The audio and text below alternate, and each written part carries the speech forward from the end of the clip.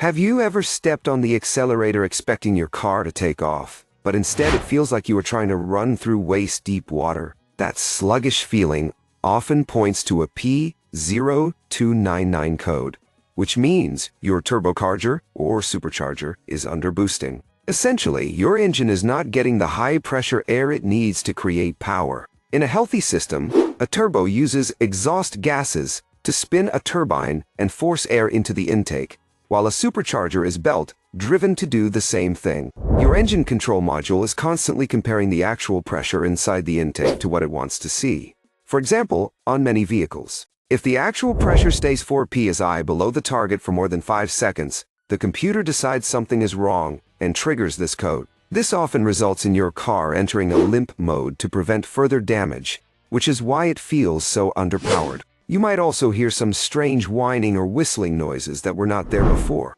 The culprit could be as simple as a loose rubber hose or a small crack in the intercooler causing a boost leak. However, it could also be something more technical like a faulty wastegate or even the internal vanes of a variable geometry turbocharger getting stuck due to carbon buildup. If you are working on a diesel or certain Ford models, even things like low oil pressure or a faulty exhaust gas recirculation system can trip this underboost code. Before you jump to the conclusion that you need an expensive new turbo, you should always perform a thorough smoke test or pressure test on the intake system to find any hidden leaks. Checking the boost pressure sensor with a digital volt-ohm meter is also a smart move to make sure the computer is not just getting the wrong information from a bad sensor.